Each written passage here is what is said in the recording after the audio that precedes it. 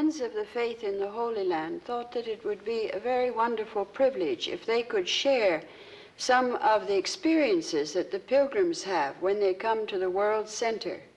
If they could perhaps contribute their own memoirs of their pilgrimages here. And all of us have met the beloved guardian. Mr. Furatan came twice as a pilgrim. Mr. Haney came once as a pilgrim. And they received a great deal of inspiration from him. He spoke to them about the holy places and about, of course, many things to do with our faith. And we felt that if some of this could be shared in the form of pictures and description with the Baha'is of the world, that it might be a comfort to those who are not able to come on the pilgrimage, and an inspiration in any case to all of the friends in the East and in the West and in the North and in the South. Mr. Furatan came quite early on and had the privilege of being with the beloved guardian and hearing what he had to say about some of the holy places. So I think it'd be very nice if he recounted some of those experiences. Now, my second pilgrimage was in 1954. In that time, the new building of the shrine was completed, because as you know, it was completed in 1953. And I came here for my second pilgrimage in 1954. And the procedure of pilgrimage, mostly for Persians and for men, was different from my first pilgrimage. The procedure was that every day we were waiting for the beloved guardian in Pilgrim House. And at 4 o'clock, he used to come by car to the main gate, and when he did come down, we were waiting for him under that eucalyptus tree. It's very close to the main gate. The moment we saw the guardian came in, we wanted not to keep him waiting for us. We used to run and in very quick way go to him. By hand, he stopped us. He said, "Don't tire yourself. Come quiet, quiet, don't tire yourself." He was so kind to us that he didn't want us even for a second to run and be tired. Then he spoke about the significance of the shrine. He said this shrine is a new style, badi'. He used this badi'. He used the verse of the Quran, Badi'us samawat wal arz. It's new in the earth and in heaven. This is the verse of the Quran. It doesn't resemble to the synagogues or to the mosque or to the church. It's quite new style, new style. Then he explained all about the significance of the shrine, and he did so many times that I know now by heart. And of course you can find most of these things in the writings of him, either in Persian or English that you have. First he explained about the dome of the shrine in very beautiful way, very smiling lips, and the beautiful eyes of the guardian that really I never can describe for you the beauty of those eyes. I can't go to that, and I cannot explain that. I cannot describe you what kind of eyes the beloved guardian had and how he looked to you and he smiled to you. It's quite different subject. To me, whoever saw the guardian, he could imagine that. Otherwise, it's very difficult to describe. In such way, he said, the dome, so-called, he said, the golden dome, is beautiful, attractive, and economical. Beautiful, he said, you can see the beauty. No need to explain. It is beautiful. You can see yourself. Attractive, because this attracts people to come here to the shrine and visit the shrine, because, again, he smiled in such a beautiful way, he said, because they do not realize the spiritual station of the beloved Bab. They are attracting to the golden dome. they are coming to see the Golden Dome. The moment when they are here, the shrine is silent teacher for them. And they understand about the station of the Bab, about the teachings. And economically, he said, look, economical. It's very economical because 12,000 tiles made in Holland, he says, in Utrecht, Holland, cost $10,000. Each tile is less than $1. Then he turned to us and said, who could believe? In very serious way. Really, I didn't saw the Guardian such serious as that evening. He said, who could believe that the remains of the Bab, after his martyrdom, will be brought here to the mountain of God in such beautiful shrine? Who could believe? I think there's one thing that might be added to what Mr. Furitan has said about the shrine. When one approaches the shrine from the side facing Akka and facing the Qibla of the Baha'i world, the shrine of Bahá'u'lláh, one passes by the top of a series of 9 terraces that rise from the broad avenue below up to the level of the shrine. Now, when the Guardian completed the last 2 of those terraces, he sent a very interesting and very stirring message to the Baha'i world. And he said that this would in the future be the route by which the pilgrim kings would ascend to pay homage to the martyr prophet of the faith. And he also said that first, before doing that, they would visit the shrine of Bahá'u'lláh, then they would ascend by this route of the kings, these 9 terraces, to pay homage at the shrine of the Bab to the martyr prophet. Well, when I received the joyous news that the Guardian had extended to me the bounty of a pilgrimage, I was, of course, overjoyed. So eventually I arrived in Haifa. The Guardian was not here the first night. He was in Badji, and so hour by hour went by. The time of my coming in the presence of the beloved Guardian came closer and closer, and my trepidation increased hourly because I felt, as every pilgrim must have, certainly they were unworthy to come into the presence of the Guardian. In those days, the Western pilgrims had the bounty of having dinner with the beloved Guardian. He came to the Western Pilgrim House and he sat with us and talked with us during the meal. So it was announced, finally the hour came, it was announced that the Guardian was awaiting us downstairs. So I was hoping that the other friends living in the Pilgrim House would, those serving here, would precede me and I could sort of follow along afterward. And one of them said, oh, no, the pilgrims always go first, and gave me a shove down the stairs, and there I was. And I came into the presence of the Guardian with the trepidation that I mentioned earlier, and he immediately saw and understood everything. And he embraced me, bade me be seated. And from then on, I felt completely at ease.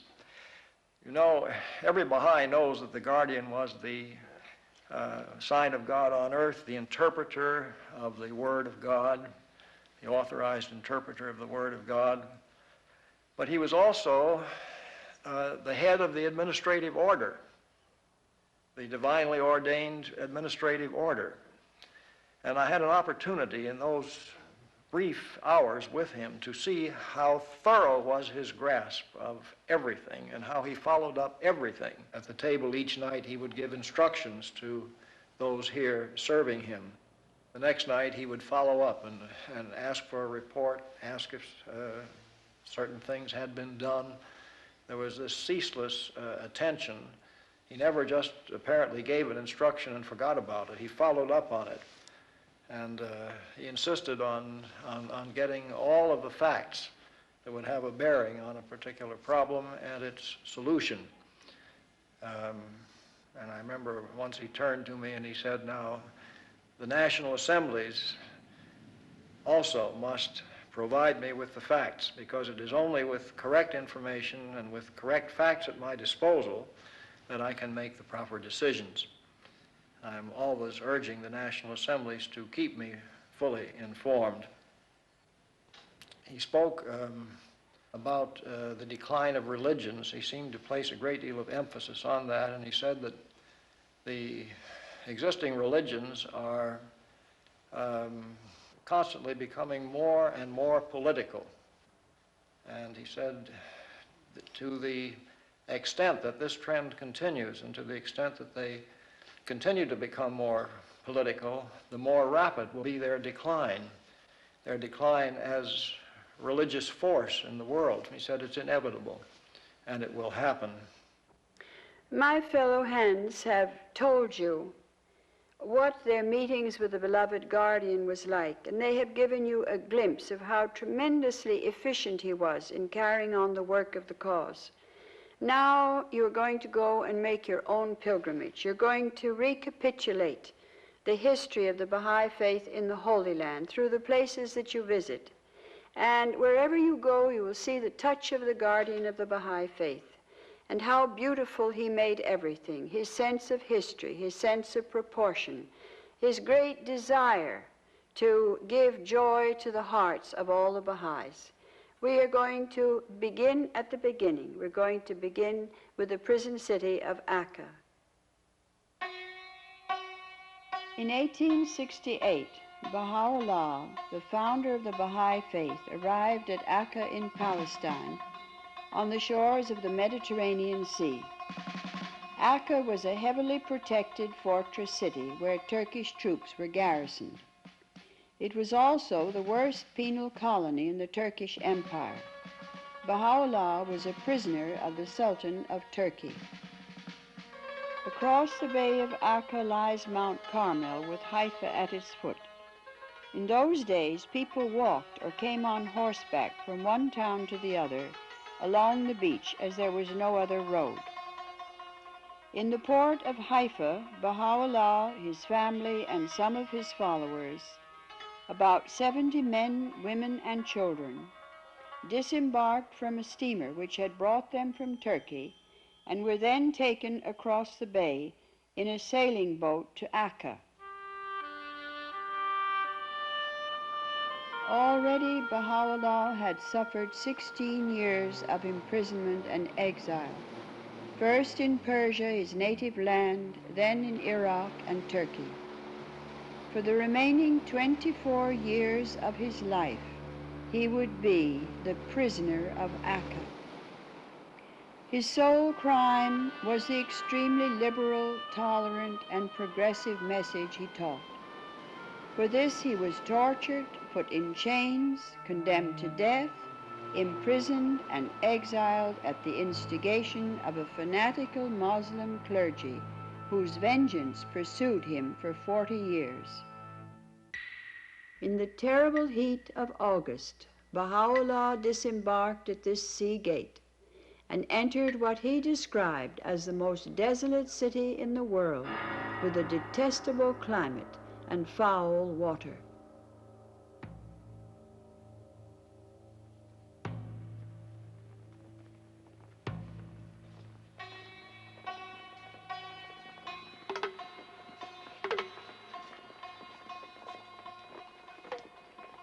He was led by his guards through its narrow, stinking lanes, the object of the curiosity and mockery of its inhabitants.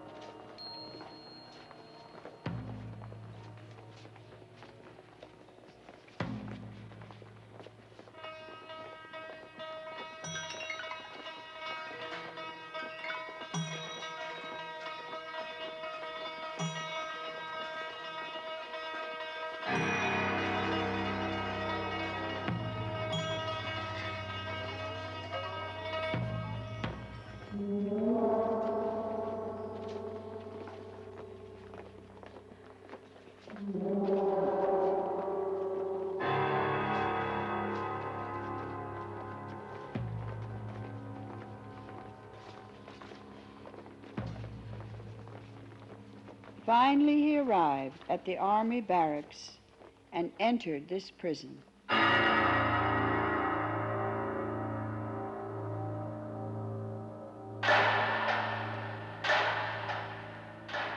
For 2 years and 2 months, he and his companions were strictly confined in this inner citadel.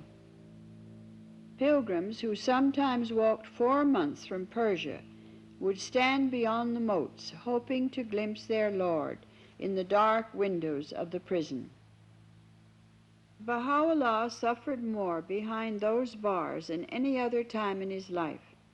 Almost all the 70 people fell ill with malaria or dysentery. 3 died. But the crowning blow for him and his saintly wife Nawab, the faithful companion of all his exiles, the mother of his most distinguished children, was the death of their 22-year-old son, Mehdi. On the left is Mehdi, called the purest branch by his father. On the right is Abdu'l-Bahá, called the Master, his eldest son and successor. One evening, walking on the prison roof and meditating, Mehdi fell through an open skylight and died the next day. Baha'u'lláh cried out to God, "Thou seest me in the hands of mine enemies, and my son blood-stained before thy face."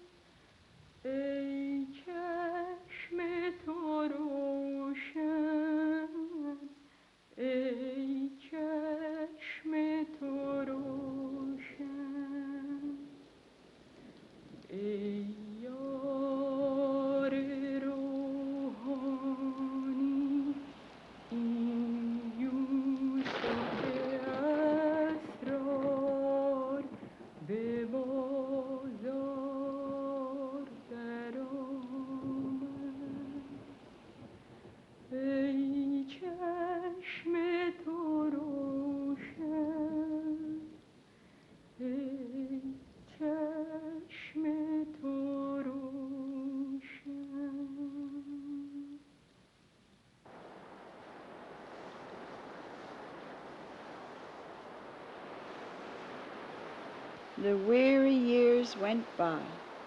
9 bleak and stormy winters Baha'u'lláh spent as a prisoner in Akka.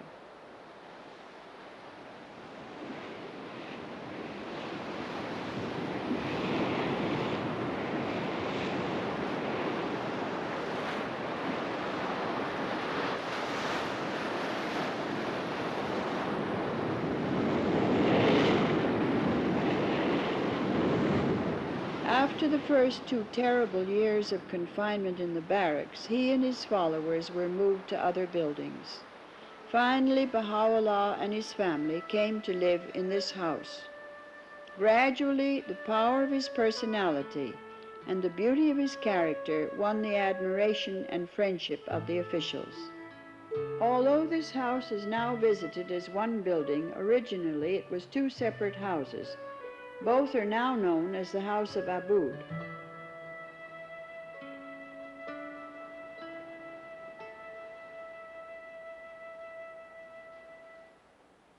The Guardian built this little garden here, and it was open in those days to the public of Akka 1 day a week. And they came up and they were absolutely thrilled.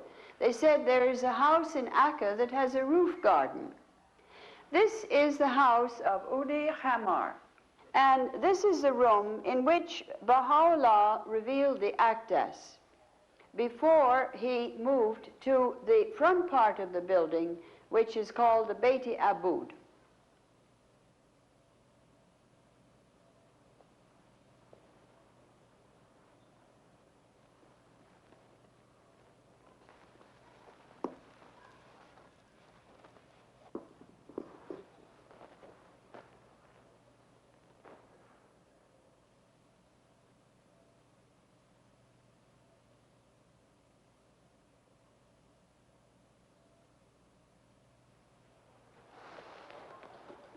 Baha'u'lláh arrived in the city of Akka at the end of August 1868. And by 1871, he was free of his imprisonment in the barracks, and he moved to this house with his family. One must remember in looking at this room that this is not the way it was in his days, because it was changed when Abdu'l-Bahá later lived here after the ascension of Baha'u'lláh. As a matter of fact, Abdu'l-Bahá used to come and sleep in this room up to practically the very end of his life. It was in this room, which is because of this fact so very sacred to the Baha'is of the world, that Baha'u'lláh revealed the Kitab-i Aqdas, which is the charter of the future world order, the future world civilization of Baha'u'lláh, and the book that is the repository of his laws and his ordinances. You can see in this room the way Abdu'l-Bahá lived. He lived so simply. In the East, the houses were always very crowded. There were many children, there were many retainers, there were many servants, and people did not have special sitting rooms. Now this room, Abdu'l-Bahá received his guests in. That's why there's so much furniture in it. And although it was the room in which he slept up till the end of his life, he used to come over here, and when he visited Akka, sometimes he would spend the night and sleep in this bed. This is nevertheless the way he lived when he was in this room. And that's why you see that there are these divans and these chairs, and they have not been changed from his days. That is why they have an appearance of having been worn out. You will also notice that there were no rugs on the floor. There were just these straw mats, and everything was kept very, very simple. That should be a source of great encouragement to the Baha'is in many countries who themselves live under very simple circumstances.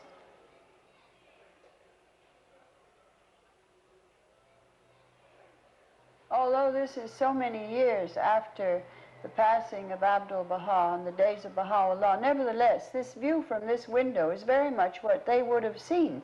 And as you can see, you can practically lean over and touch the roof of the neighbors.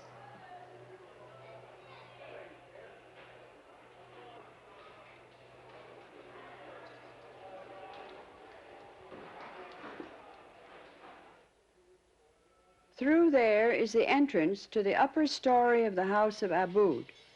In this building, really these 2 buildings, Baha'u'lláh was a prisoner for almost 7 years. He was a prisoner for over 9 years in the city of Akka, and for most of those 9 years he lived in these adjoining houses. They are full of very, very touching and historic associations. Down here on the left, where you see that red curtain, is the room which was occupied by Baha'u'lláh during the last years in Akka. At the end of this corridor is the balcony door which leads to a very beautiful view of the Mediterranean.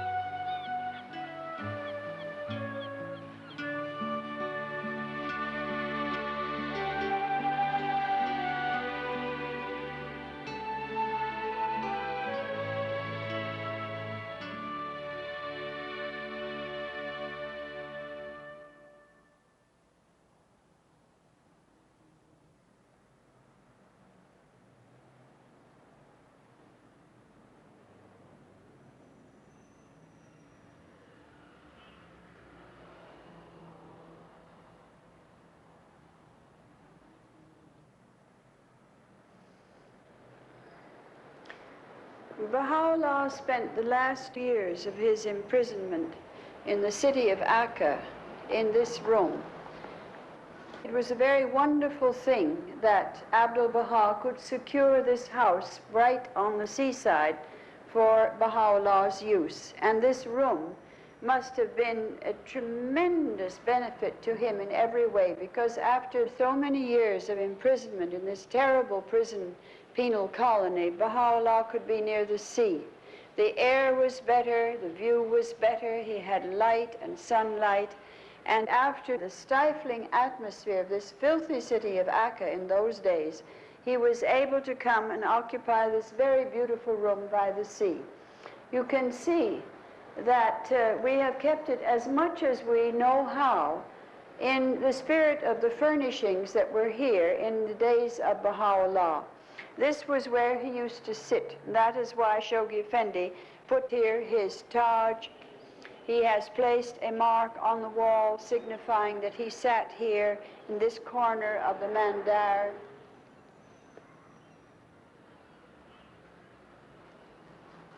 These are two of the chairs which were occupied by Baha'u'lláh, and he used to receive prominent guests and Baha'is in this room.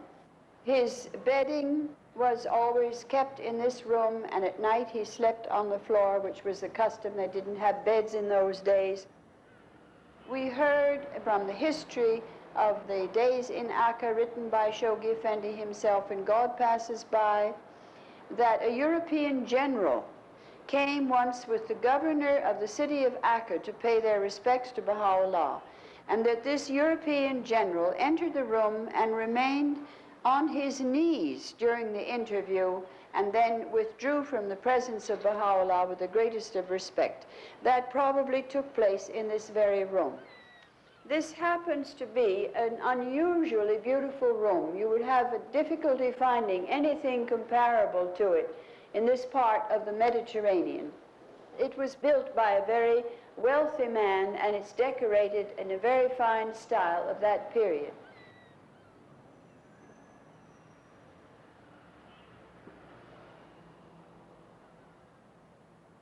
Baha'u'lláh ate alone, and he was served here with the greatest dignity and respect. And these are some of the things that were in use in his days. They were sent by one of the Afghans who was a merchant in Shanghai. And this was the kind of china that was used for Baha'u'llah's own use, and perhaps for very prominent guests or members of the family in his days in Baji and here in this house of Abud. These are also things that were in use by Baha'u'lláh. This is a mirror of Baha'u'lláh, and this is the room, as I say, that he occupied during the end of his imprisonment in this city for about 4 years.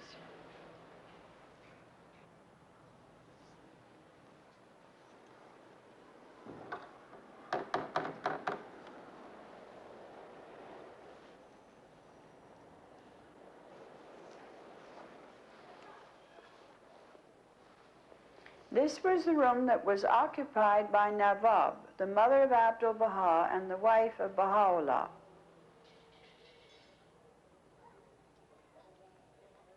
This is the genealogy of Bahá'u'llah's family in the writing of the Guardian.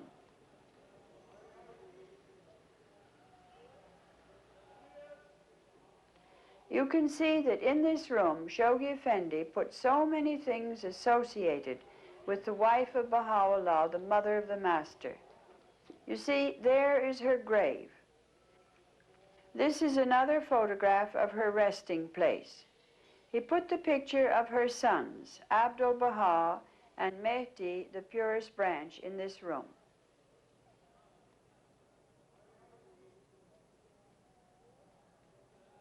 This is the room which was occupied by the greatest holy leaf, the daughter of Bahá'u'lláh and the sister of Abdu'l-Bahá.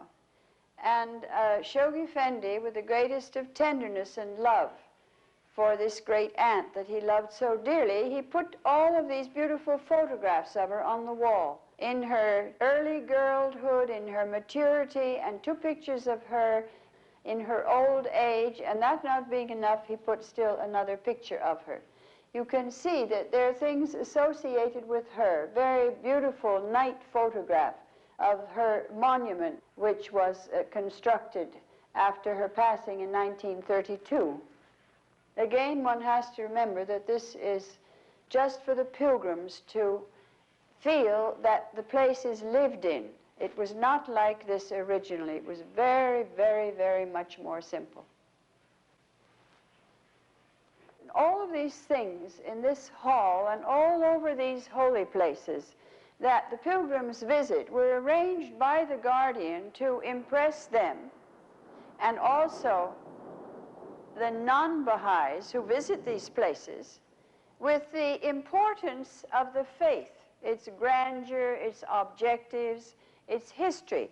Now, this is the testimonial of Queen Mary of Romania, whom you see in this first picture, to the glory of the faith of Bahá'u'lláh and to what she found in the faith of Bahá'u'lláh that made her accept him. Over there, on that wall, you have a very unique painting made by Marion Jack, a Canadian who was a painter, and it's taken from the balcony of the mansion of Bahá'u'lláh looking towards Akka. And if you look at the minaret up there, you will see that just beyond that is where we are now standing. And this gives the most wonderful view of Haifa, the Bay of Akka, the city of Akka, and the plains between Akka and Baji, which of course are all very, very precious places of visitation for the Baha'is of the world. This is the room which was occupied by Abdu'l-Bahá, and after Bahá'u'lláh passed away, this continued to be his room.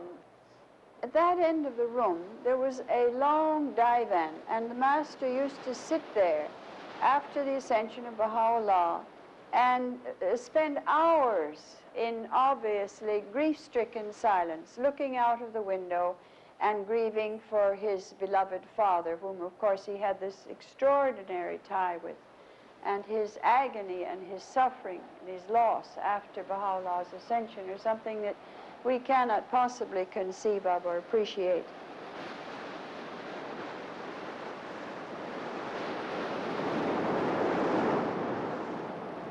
It was Abdu'l-Bahá who ended the bitterest years of his father's captivity.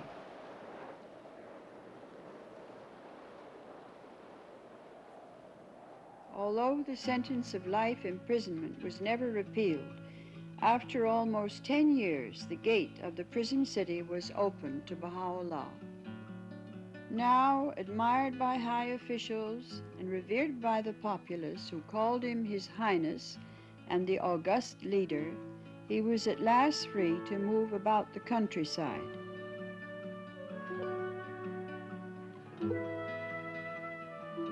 Near Akka was a beautiful garden on an island in the river.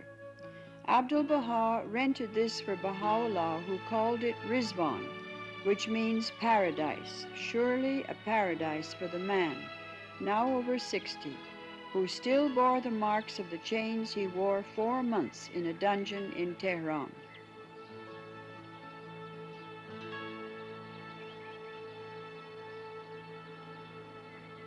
He used to rest in this small house when he came here. It has not changed much since this old photograph was taken at the beginning of the century. His bedding, wrapped up and placed here on this table, is original, but other things have been added in later years.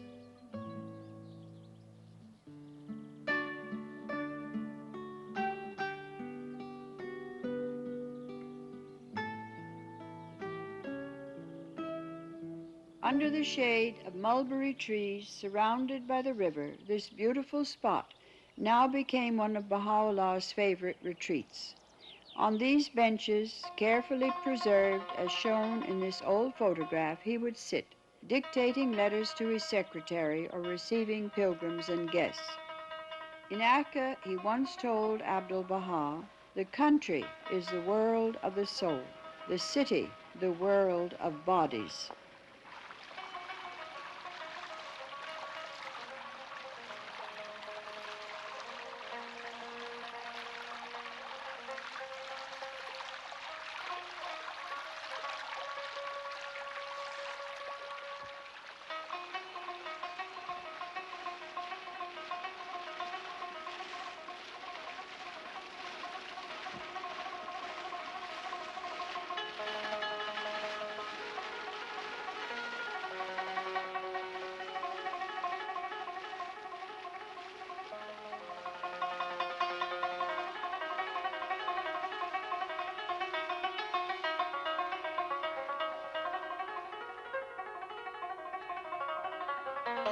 Although the Garden of Rizwan was frequently visited, it was here, in the heart of the countryside, some kilometers north of Akka, that Baha'u'lláh now lived at Masra'eh. Again, we have an old photograph of how this house appeared in his days. Those are the windows of his room.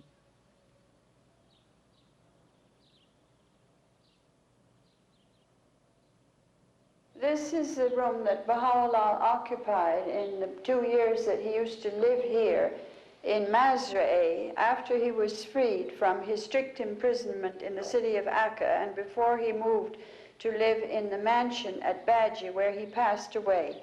Again, none of these things are original. The room is original and untouched, but it was furnished by the guardian so that the pilgrims could come and have the blessing of visiting another room that was occupied during Baha'u'llah's days by himself.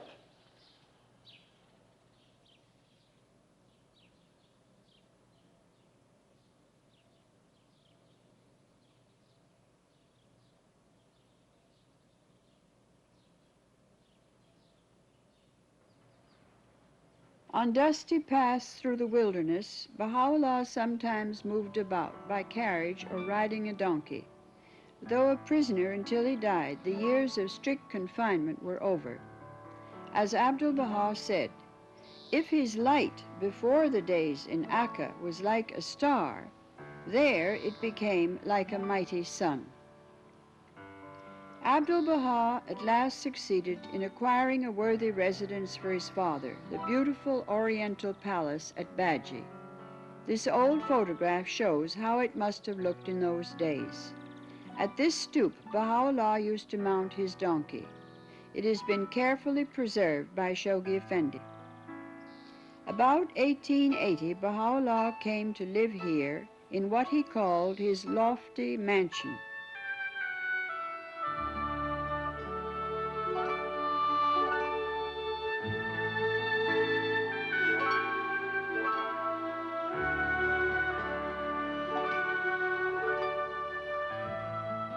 He occupied that corner room. His beloved son had brought him here where he found a measure of peace during the last 12 years of his life, weary from over 30 years of perpetual persecution, imprisonment, and exile.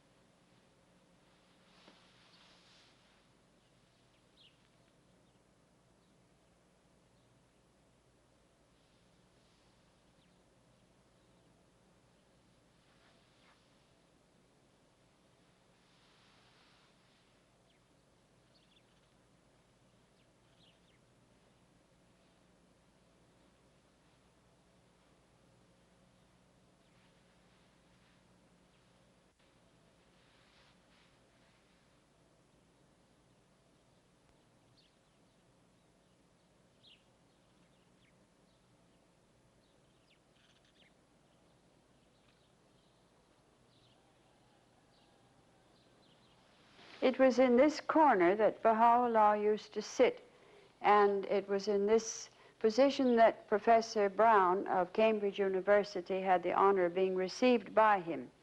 We have some very, very precious relics of Baha'u'lláh. They are things which are of great historic interest, and they mean a great deal to us because they are the actual things that he used. This is his Taj, which was the hat which he wore all the end of his life, and a white turban would have been wound around it. We have something here which is infinitely precious.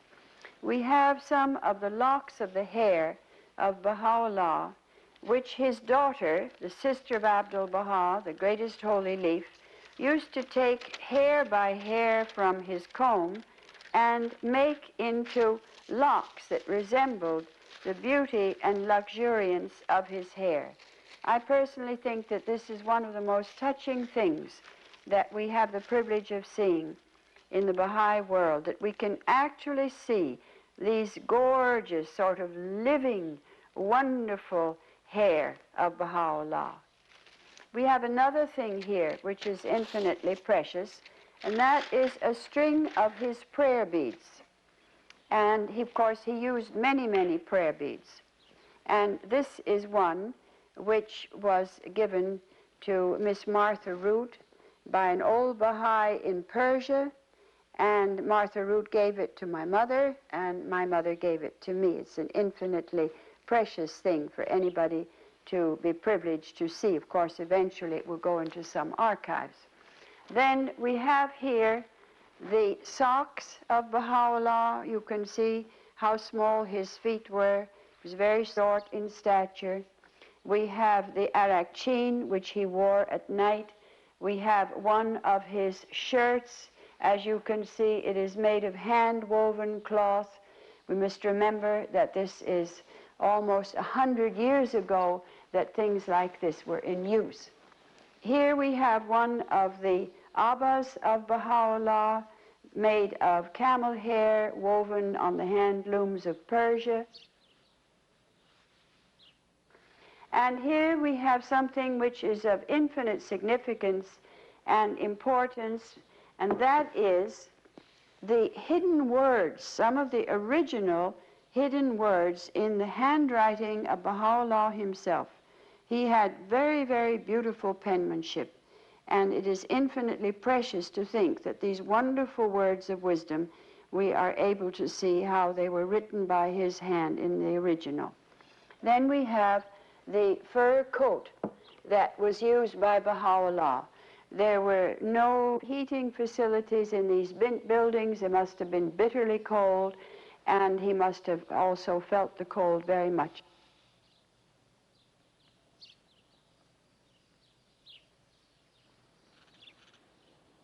This is the room in which Professor E.G. Brown of Cambridge University in April 1890 had a very important interview, and a very unique interview with Baha'u'lláh. He describes him in this way. He says, "The face of him on whom I gazed, I can never forget, though I cannot describe it. Those piercing eyes seemed to read one's very soul. Power and authority sat on that ample brow. The jet black hair and beard flowing down in indistinguishable luxuriance almost to the waist. I bowed myself before one who was the object of a devotion which kings might envy and emperors sigh for in vain. A mild, dignified voice bade me be seated. Praise be to God that thou hast attained. Thou hast come to see a prisoner and an exile.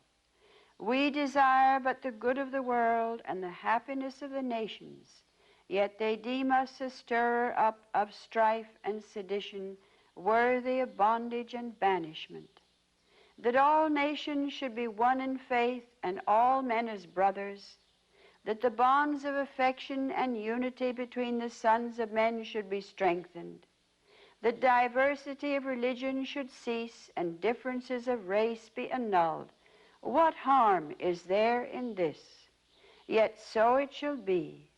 These fruitless strifes, these ruinous wars shall pass away, and the most great peace shall come.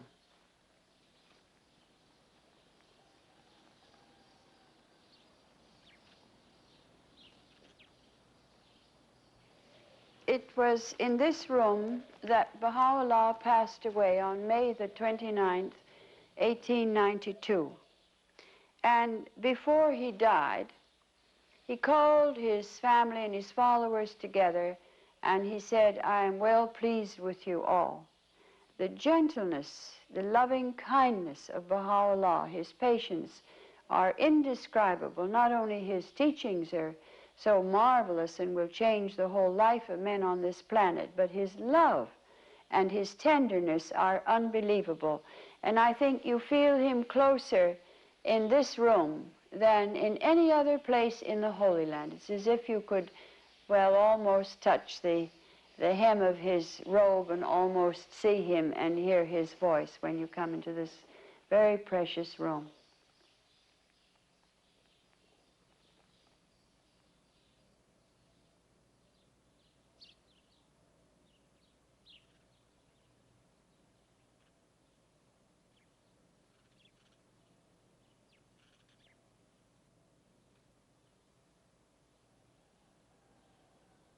This is the room that was occupied by the beloved guardian when he used to come over and spend the night in Baji, which he did quite often when he was making the gardens and beautifying the whole property here. That is the bed that he occupied. Above the bed is the genealogy of Baha'u'lláh, all in his own handwriting. Above that is one of the early designs for the first Mash'Allah's car in the West, which happens to have been done by W.S. Maxwell, the hand of the cause, who designed the superstructure of the Shrine of the Bab. And Shoghi Effendi placed this original design of his here in this position. Above that are two of the beautiful birds of paradise of Meshkin Qalam. And in this whole room, you see things that are of great historic interest. On that side of the wall is a picture of the greatest holy leaf drawn from life by a very well-known American portrait painter, Daisy Smythe. This is the picture of Abdu'l-Bahá in his youth, and it was taken at the same time as the only photograph that we have of Baha'u'lláh. It was taken in Adrianople before he left on the final stage of his imprisonments and exiles to come to the Holy Land. You see, this room of Shoghi Effendi, which he used to sleep in when he came over to the mansion, is exactly opposite the room of Baha'u'lláh. Baha'u'llah's room is in the eastern corner, and Shoghi Effendi's room is in the western corner of the mansion.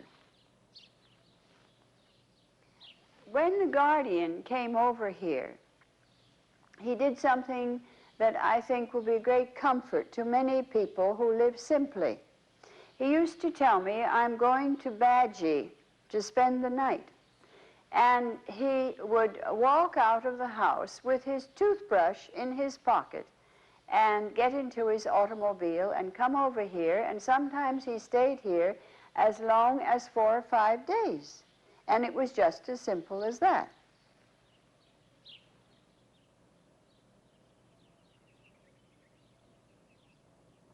This hall of the mansion is one of the most beautiful parts of this building, which is in itself unique architecturally in this part of the Middle East. And the guardian put very many wonderful things here on exhibition to add to its charm and its dignity. It became a sort of a little Baha'i museum. These are very, very precious relics of the past. Shoghi Effendi placed the 2 headstones of the graves of Baha'u'llah's wife, the mother of Abdu'l-Bahá, and of Baha'u'llah's beloved son, the purest branch, who was killed through falling through the skylight on the roof of the prison of Akka during the 2-year period Baha'u'lláh was imprisoned there. And Shoghi Effendi exhumed their bodies. Later on, we will be able to visit their monuments in Haifa and see with what glory they finally came to rest on Mount Carmel. But when he exhumed their bodies, prior to removing their remains to Mount Carmel, he had these things put here as of historic and precious interest to the Baha'is. So we have these two headstones. Then we have something very wonderful and very touching. We have the coffin in which the mother of Abdu'l-Bahá had been laid to rest in the cemetery outside Akka.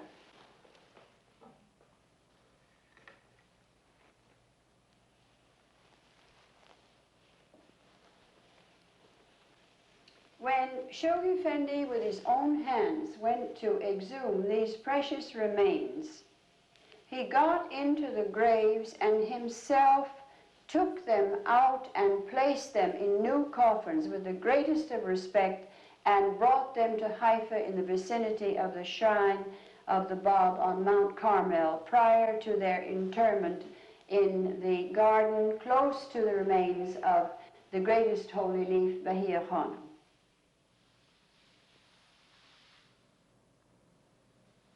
On this wall we have a picture of one of the martyrs of the Babi times, in other words, the killing of one of the Baha'is in the period of the Bab, published in a Russian book.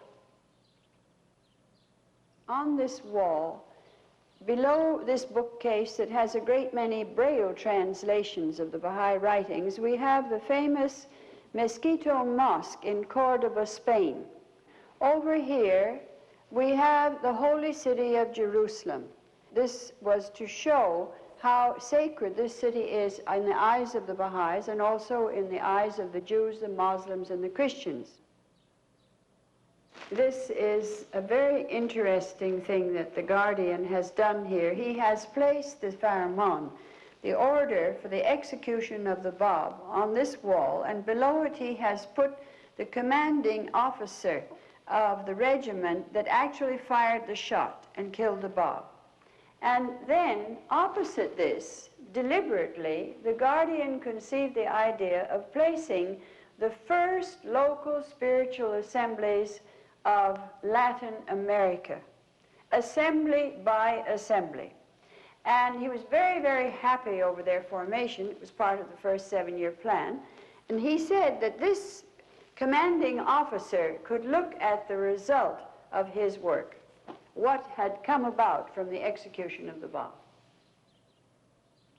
Aside from the pictures of the Baha'i temple in Wilmette in the United States, on this wall there's something again that calls to our attention the fact that the Baha'is believe in all the sacred religions of the world and respect them, because this is a very important place in the Baha'i world, a place of pilgrimage. Now, Shoghi Effendi, the Guardian, placed on the wall a picture of the holy city of Medina, and on the left, the Kaaba in Mecca, the place of pilgrimage for all the Muslims in the world.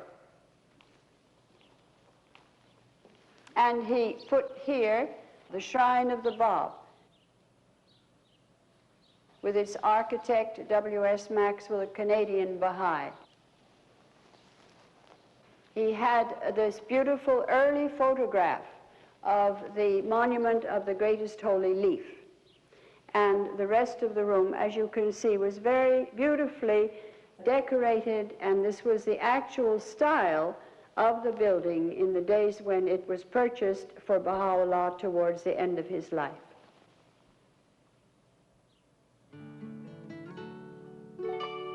Bahá'u'llah's room opened onto this secluded court on the balcony where he could enjoy privacy.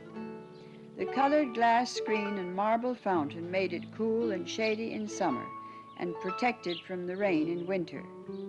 Below it is one of the loveliest gardens in Badji.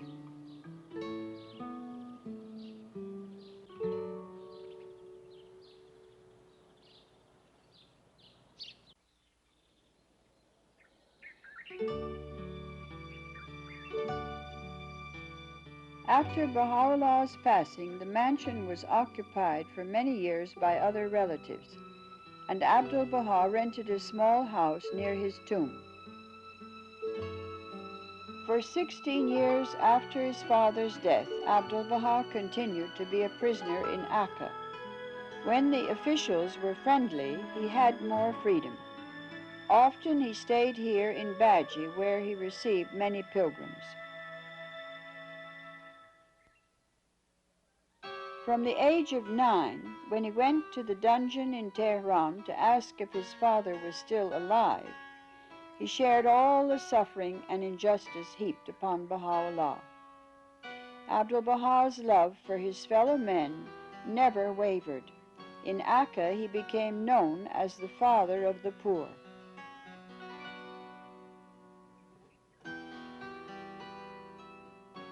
This simple room brings him very close to us.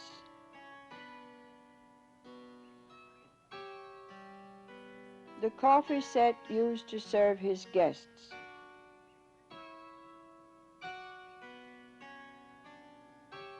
His own binoculars. His tea things. The successor of Bahá'u'lláh was like a stainless mirror that reflected his light to perfection.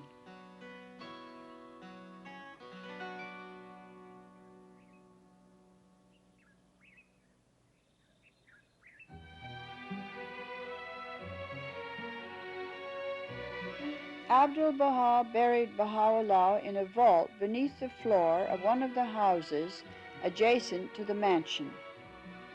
These early photographs show the original appearance of the shrine and how Abdu'l-Bahá reinforced the corner room, which is the tomb. With his own hands, he used to water this little garden beside his father's grave. Except for the mansion and the few houses clustered about it, Baji in those days was surrounded by fields. In that inner chamber, Abdu'l-Bahá reverently placed his father's remains in 1892. The beautification of this holy spot was carried out by his successor, Shoghi Effendi, the guardian of the Bahá'í Faith. It was he who built this majestic entrance to the shrine and called it the Columns Gate.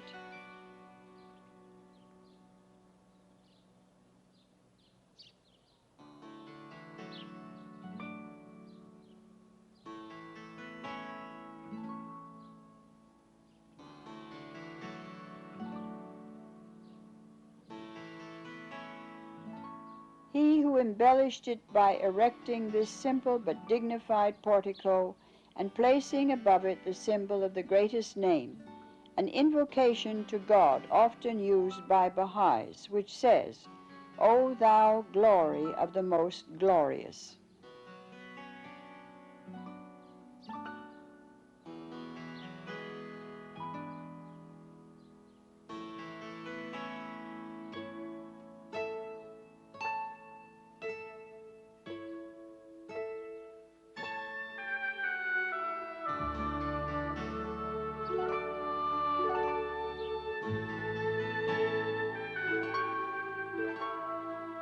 A simple beauty surrounds Bahá'u'llah's resting place. From it, an almost tangible sense of peace flows out. His words echo in our ears. We desire but the good of the world and the happiness of the nations. The happiness of the nations.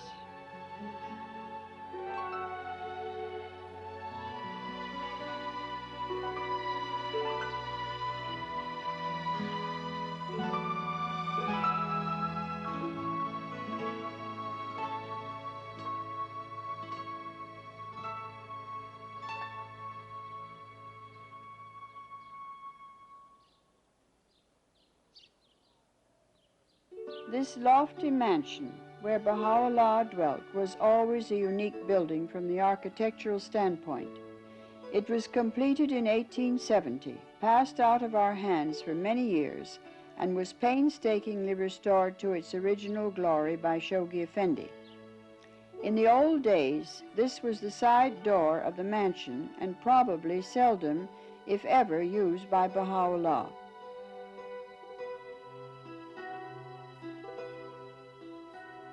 The decorations over the windows on the balcony are all the original designs and have a charm of their own. No doubt some simple artisan used his imagination and filled each space with his own fantasy.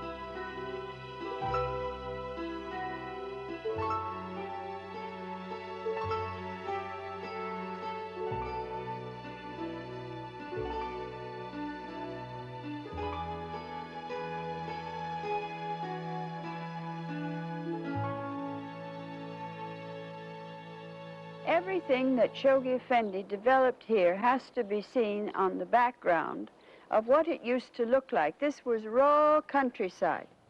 Until 1952, when Shoghi Effendi succeeded in acquiring 150,000 square meters of land surrounding the tomb of Bahá'u'lláh, very few changes had taken place since the time of his passing.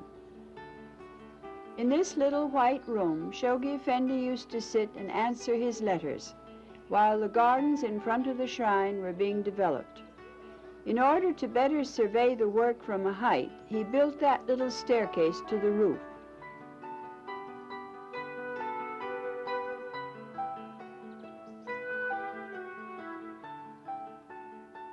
Now, the whole concept of the Guardian was to pay respect to the resting place of the supreme manifestation of God, Bahá'u'lláh, and this is the point of adoration of the whole Bahá'í world.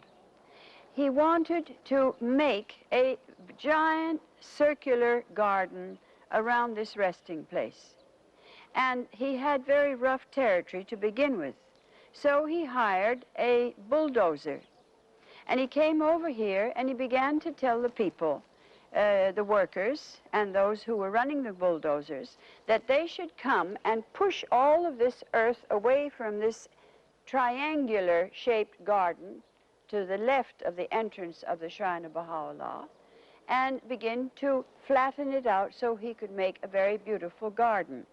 As this took place, all this earth was gradually pushed up at this end, and it formed an embankment along here. This first terrace that you see became an embankment of the earth that the bulldozer had pushed up. And then the Guardian came and he stood up there, and he found that although it was a very slight elevation, it enabled him to survey what he was doing here very much better and to direct the operations from an advantage point. Then he went on, flattening this whole area, pushing the earth all in this direction, and he built the second terrace. And the higher he went, the greater the beauty of his garden became. Then he built that third terrace, which was completed after his passing in 1957. The whole originality of these gardens is entirely due to Shoghi Effendi. He received no advice from architects, from landscape gardeners, from anybody. It was entirely his own sense of proportion, which was perfect, and which one sees in his elaboration of the Baha'i administration and the world order of Baha'u'lláh in his writings. And he received no help from gardeners. He had nothing but very ordinary farm labor who did the gardening work here. He had no qualified gardeners whatsoever.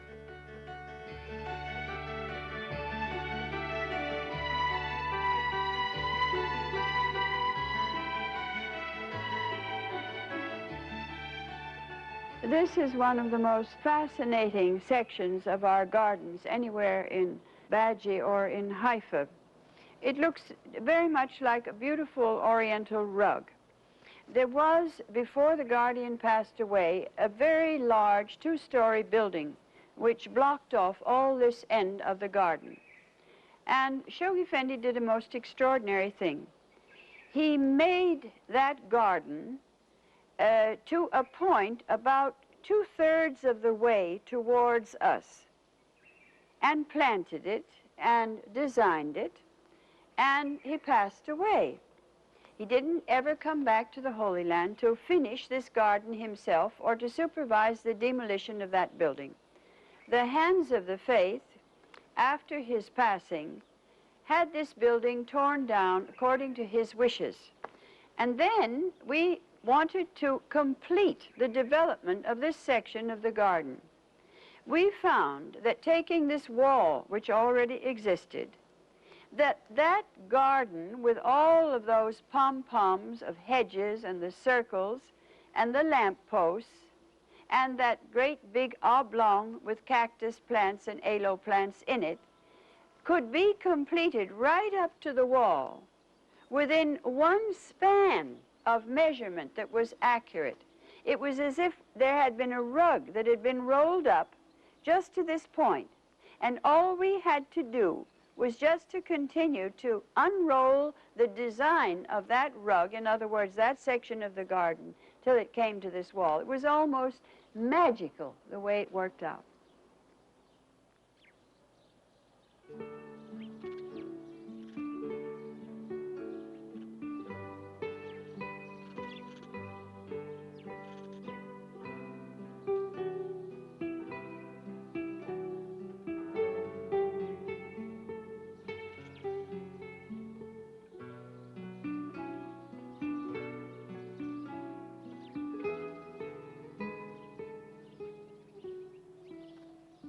The Universal House of Justice, the supreme body of the Baha'i Faith, built this new entrance for the convenience of the thousands of tourists and Baha'is visiting Badji.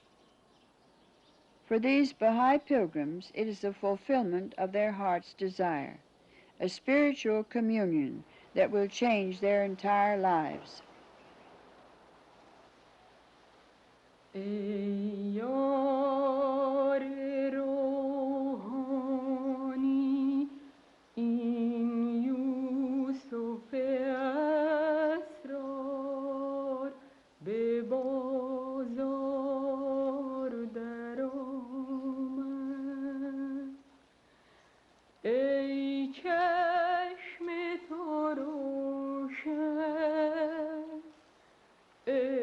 چشم تو روشن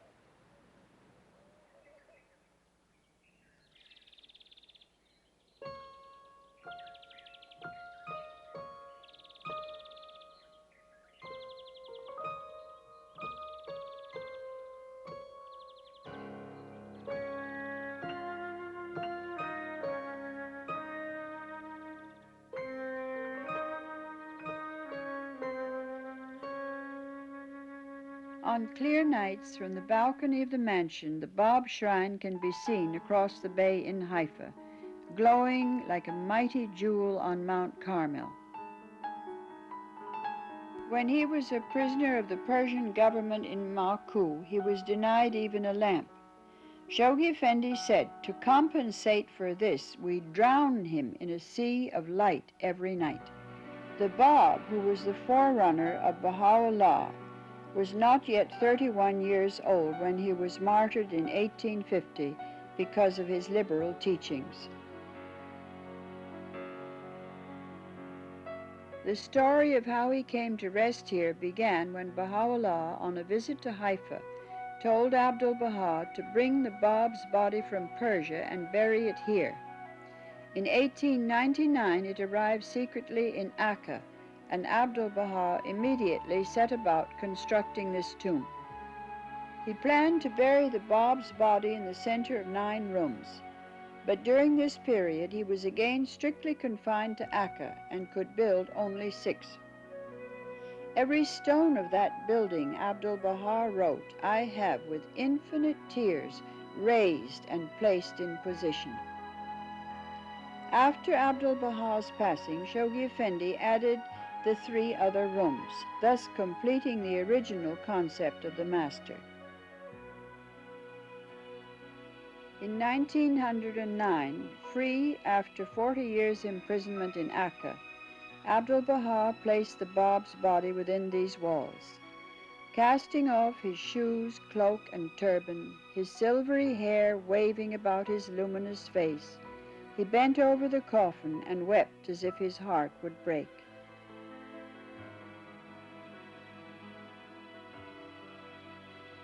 The history of this shrine is unique.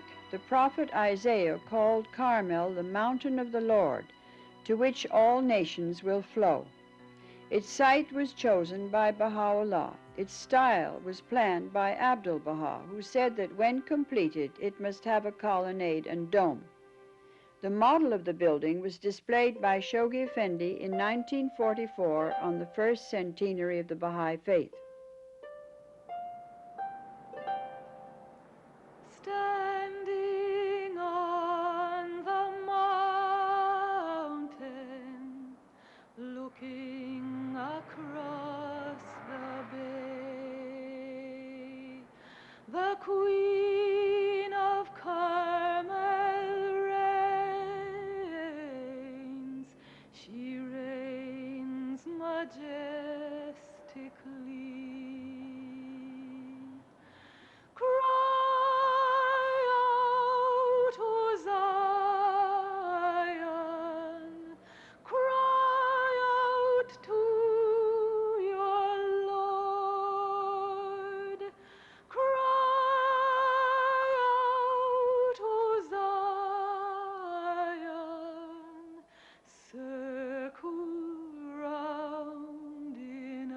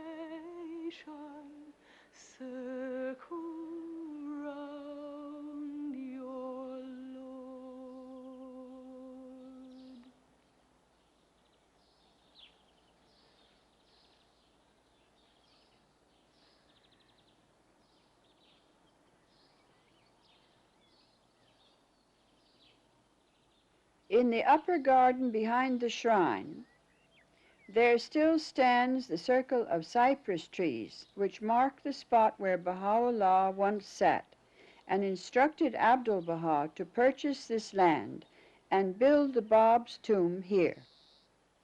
Shoghi Effendi told its architect that the shrine should be neither Occidental nor Oriental in style.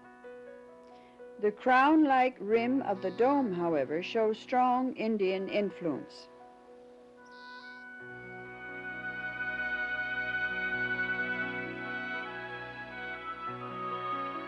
The 18 windows in the drum symbolize the 18 disciples of the Bab.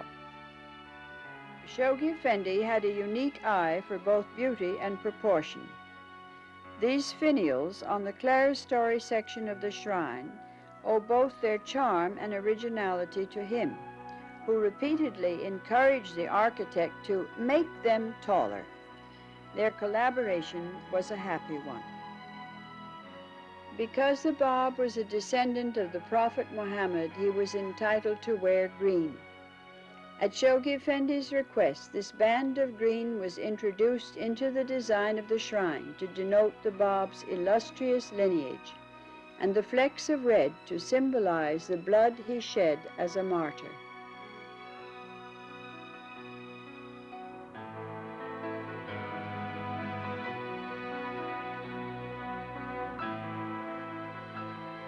A singularly gentle and pious youth, he was in his 30th year when he was killed. Of the 6 years of his religious ministry, over half were spent in dismal prisons in the north of Persia. This beautiful tomb is worthy of that life and death. From the main entrance to the shrine gardens, we cross one of Haifa's busiest streets to reach the gate of what is called the Monuments Garden, where Baha'u'llah's daughter Bahí'í Khánum is buried, in what is surely one of the most unique cemeteries in the world. This is the resting place of the greatest holy leaf, the sister of Abdu'l-Bahá and the daughter of Bahá'u'lláh. Shoghi Effendi said that she was endowed from birth with meekness and fortitude. He said something so beautiful about her character that I would like to read it. He said, her sleepless vigilance, her tact, her courtesy, her extreme patience, and heroic fortitude. In many, many places in the writings of Bahá'u'lláh, Abdu'l-Bahá, and the Guardian, there are these wonderful testimonials to the greatness of the station of the greatest holy leaf. She passed away in 1932, and the Guardian was not present, and he specified that she should be buried here on Mount Carmel. And he ordered for her this perfectly exquisite marble monument, which was made in Carrara, and which he literally, you might say, designed himself. He told the architect exactly what he wanted. Shoghi Effendi said often to the pilgrims that this was like the administrative order. You could take it as a symbol of the administrative order because you had the foundations of it, which are the believers and the local spiritual assemblies. Those are the steps. The pillars are the national Baha'i assemblies of the world that are the foundations holding up that dome. And that the dome was like the universal house of justice. And he considered that this was an emblem, in a way, of the administrative order. This, to me, has always been a love temple. I consider it the embodiment of the love that the Guardian had for the greatest holy leaf.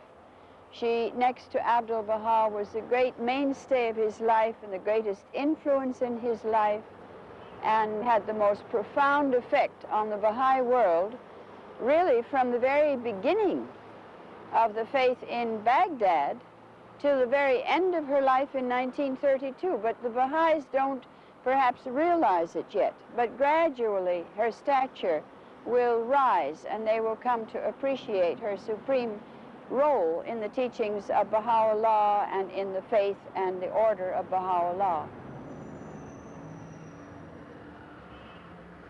All of these gardens and paths were laid out by Shoghi Effendi himself. He stood here, he planned it, he had it done in front of his eyes, he designed it from beginning to end. And this is the unique charm of these places.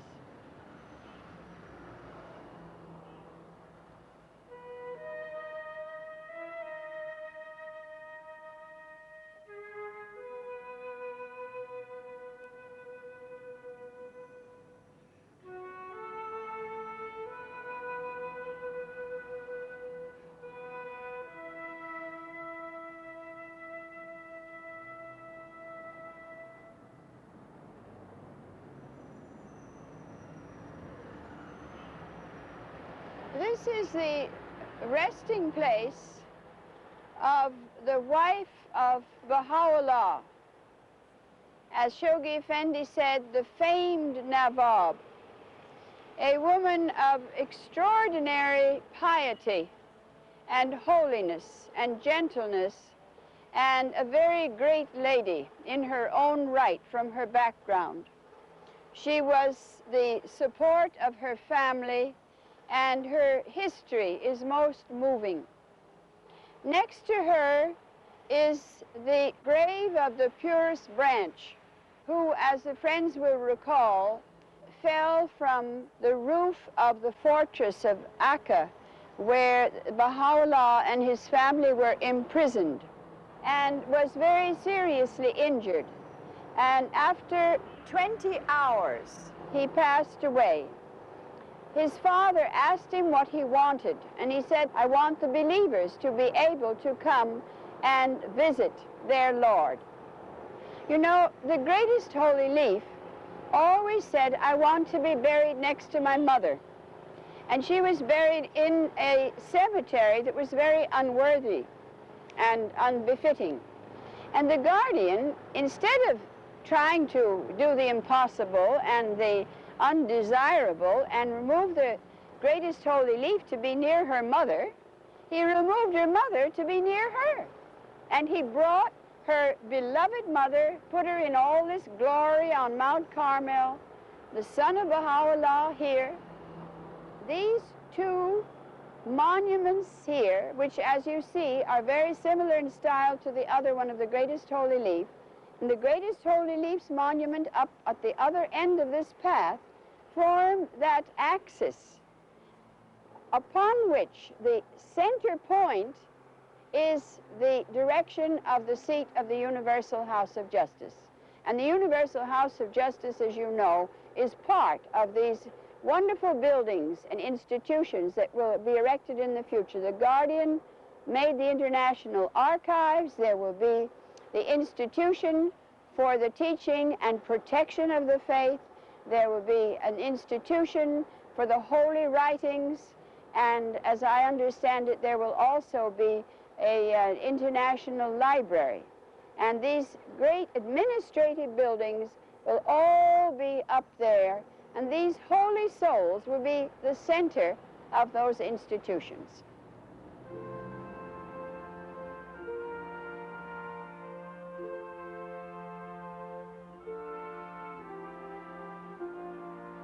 It is difficult to associate a place like this with death as most people understand it, or to remember these lovely monuments are actually tombs, like this one over the grave of Abdu'l-Bahá's wife.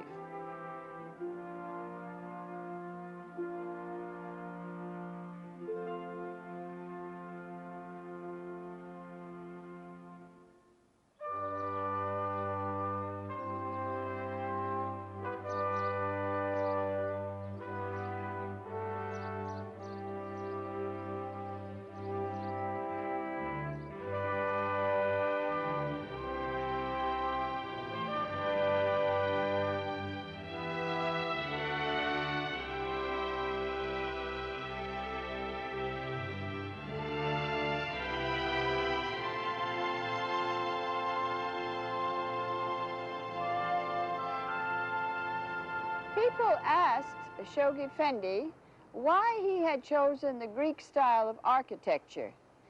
And he said that it was because for 2,000 years it had been pleasing to people, that they had considered it beautiful unfailingly for 2,000 years. And that if he chose a modern style, he had no way of knowing how long it would be acceptable to people at all. Because, of course, it changes all the time. 20, 50 years later, it might look perfectly hideous to a new generation of people. And this whole ark was laid out and planned to be in the style of Greek architecture. The extraordinary thing about the construction of this International Archives building, which houses the relics of the faith and the tablets and things of historic interest, is that the Guardian built the garden first out here, and he said you can bring the building in from the back.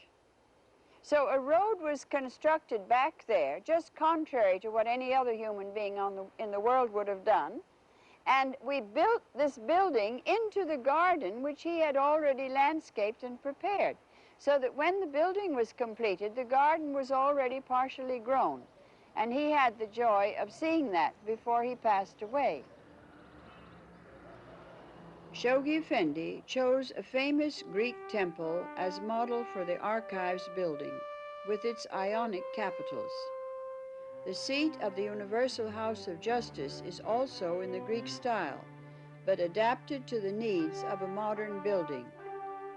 In this case, the predominant order is Corinthian, as shown in these beautiful capitals on top of the 58 columns of the building.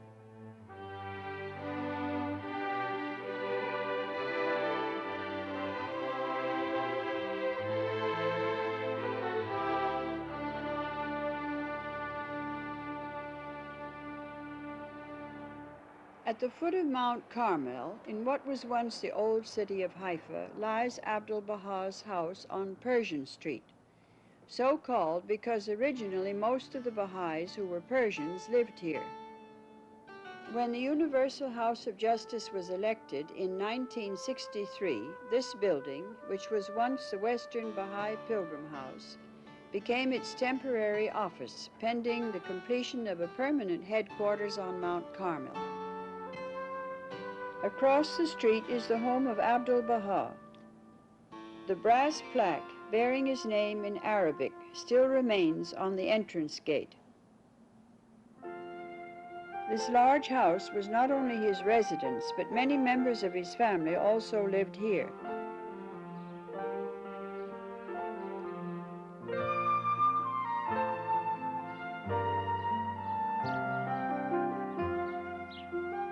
Abdu'l-Bahá's bedroom was on the sunny side of the house, behind these windows.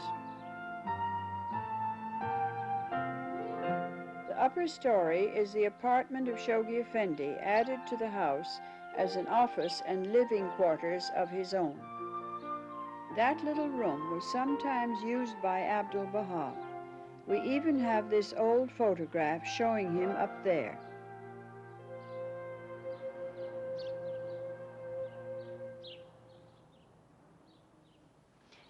This is the main entrance of the home of Abdu'l-Bahá, which was completed in about 1908. And during the following 2 years, he and the members of his family moved over here. This marked the end of his long imprisonment in the city of Akka. And this is a scene of the ministry of Shoghi Effendi, the eldest grandson of Abdu'l-Bahá and his successor, who was guardian of the Bahá'í Faith for 36 years, and he lived in this house, and all of his services to the Bahá'í world took place in this house. Both of them received their guests in this very historic sitting room from the old days.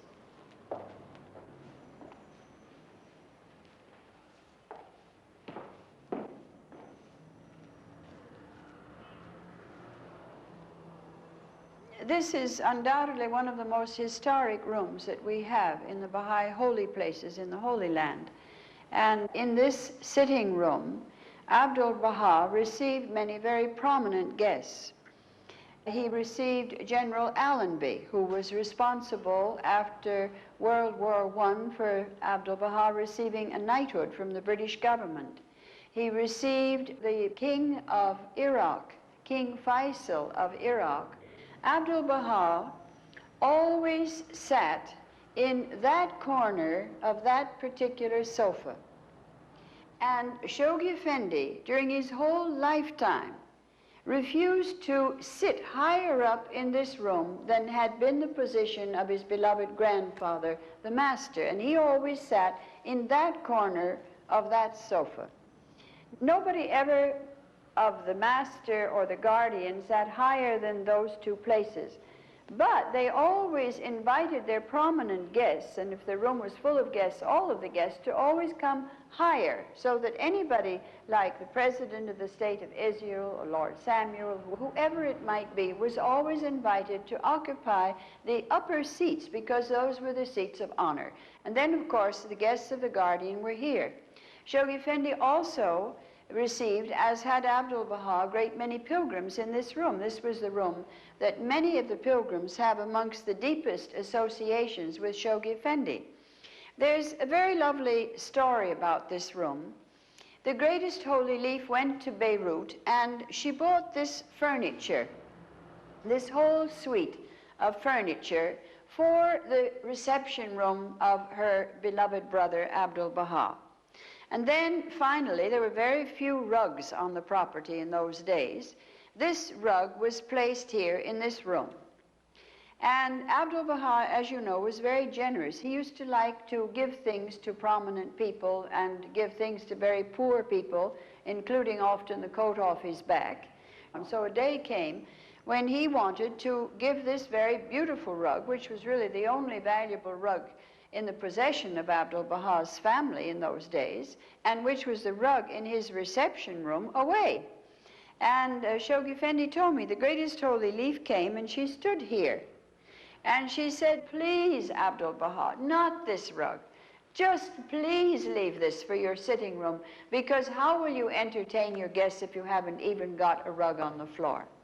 The table in the middle of the room is from his days, but part of the other furnishings are from the days of Shoghi Effendi. And as I said, this room has many very precious associations with the lifetime of the master and the lifetime of the guardian.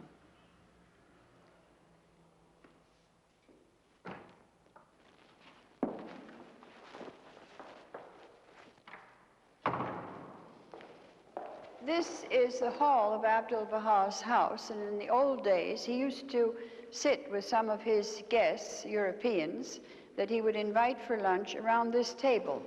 This is the bedroom of Abdu'l-Bahá, and Shoghi Effendi placed these curtains here and distinguished it from every other room in the house out of respect. And this is the place where the guardian used to sleep and work as a young man.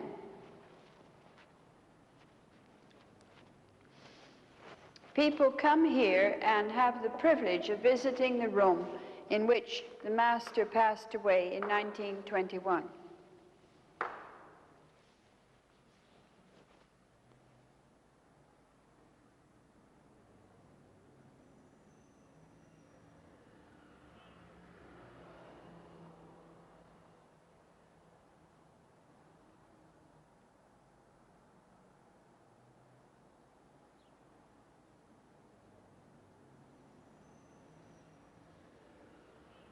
This is the bed that he occupied, the bed in which he passed away.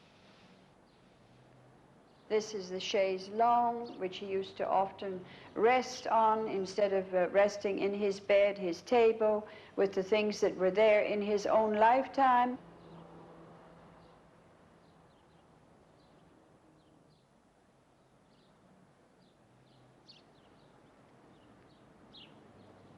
He always sat over in that corner, and he used to receive many of his guests and many of the pilgrims in this room rather than the sitting room. He had a constant stream of visitors, and many of them would have been received and seen in this room.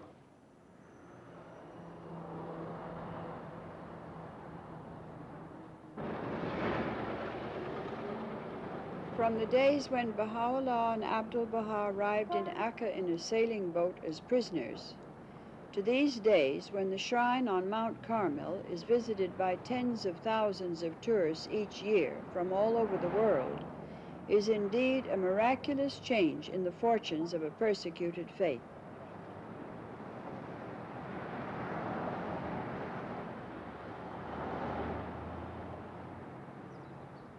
The Baha'i Shrine is included in most tours. During the 3 hours every morning when it is open to the public, often over 3,000 people visit it.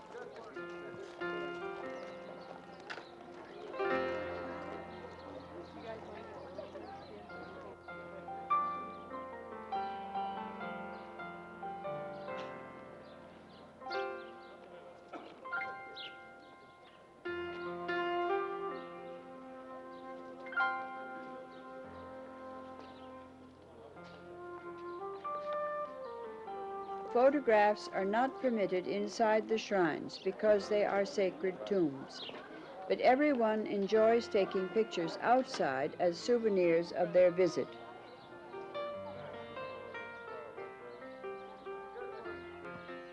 Before Baha'u'lláh died, many people came from the east to meet him. In Abdu'l-Bahá's days, many more came from east and west. In Shoghi Effendi's days, the numbers greatly increased. Now thousands of pilgrims pour in from every country, every background, every race. They gather here in what was the Oriental Baha'i Pilgrim House. Often they are accompanied on their first visit to the shrine by a hand of the faith. Mr. Furtan describes to the Persian-speaking friends some of the moving events associated with the Shrine of the Bab. Having many times had the opportunity, when he himself was a pilgrim, of walking on these paths with Shoghi Effendi and hearing him speak about its history and its construction, Mr. Furtan is able to share some of these precious recollections with the Baha'is.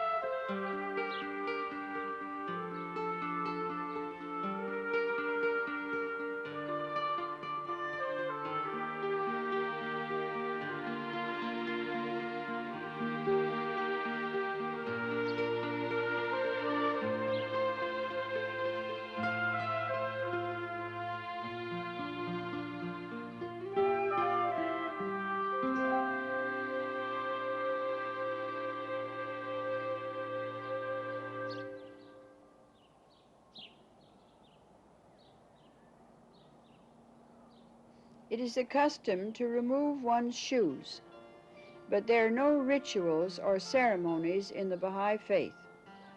People are expected to show respect for holy places, but the pilgrims who have at last attained their goal are full of reverence as they file into the shrine of the Bab.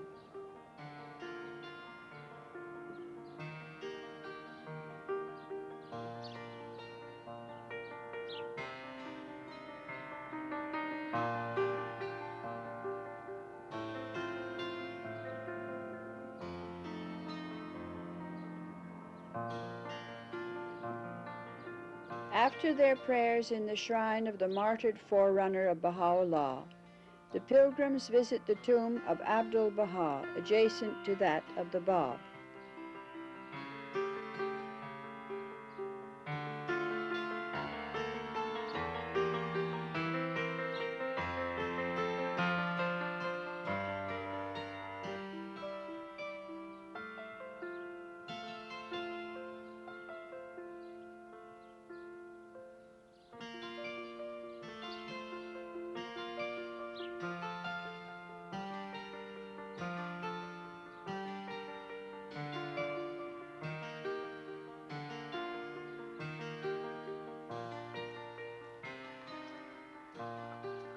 What was done by the hand of the faith Mr. Furtan for the benefit of the Persian-speaking friends is now repeated for the benefit of the English-speaking friends by the hand of the faith Mr. Haney.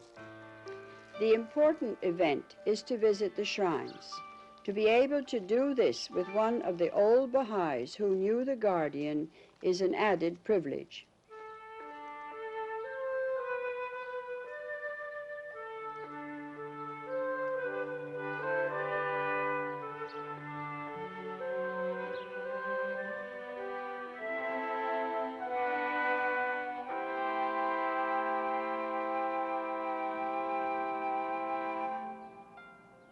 No services are ever held here. They are places of worship only, where individuals recite prayers out loud or commune silently, each according to his own feelings and customs.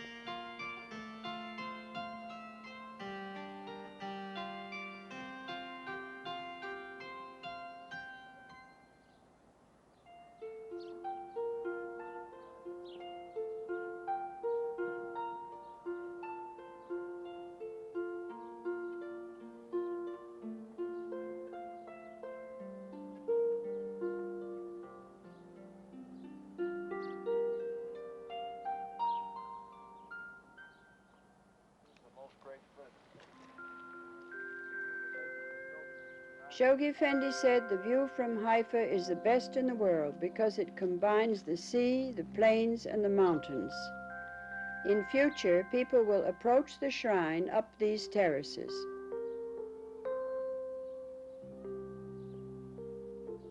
This obelisk was chosen by Shoghi Effendi to mark the spot of the future Baha'i temple on the top of Mount Carmel, overlooking the sea.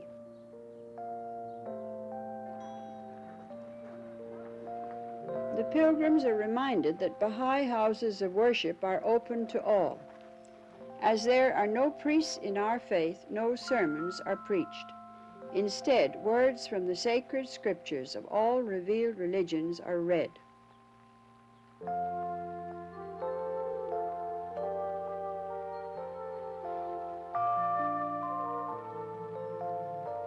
With absorbed interest, the pilgrims listen to the history of the members of Bahá'u'llah's family buried here on Mount Carmel.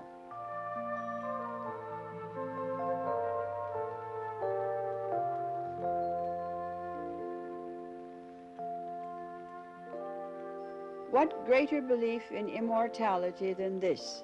The tomb should be the center of a pulsating, dynamic, worldwide administration. The pilgrims come to Abdu'l-Bahá's home, where for so many years he received friend and stranger alike with his unfailing love and kindness. Respectfully, they visit the room he died in and quietly leave, full of memories of both Abdu'l-Bahá and Shoghi Effendi. The visit to the International Baha'i Archives is another memorable experience for the pilgrims. They cross the street from the shrine gardens and walk up the path opposite towards this private Baha'i museum. Here they will see many of the original writings of the Bab, Bahá'u'lláh, and Abdu'l-Bahá in their own hand, as well as things associated with them personally and the early history of the faith.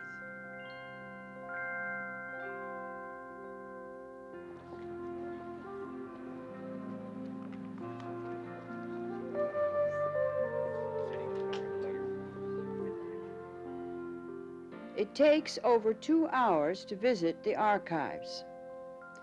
The pilgrims come out somewhat overwhelmed by all they have seen and look up at the Universal House of Justice building towering above them on Mount Carmel.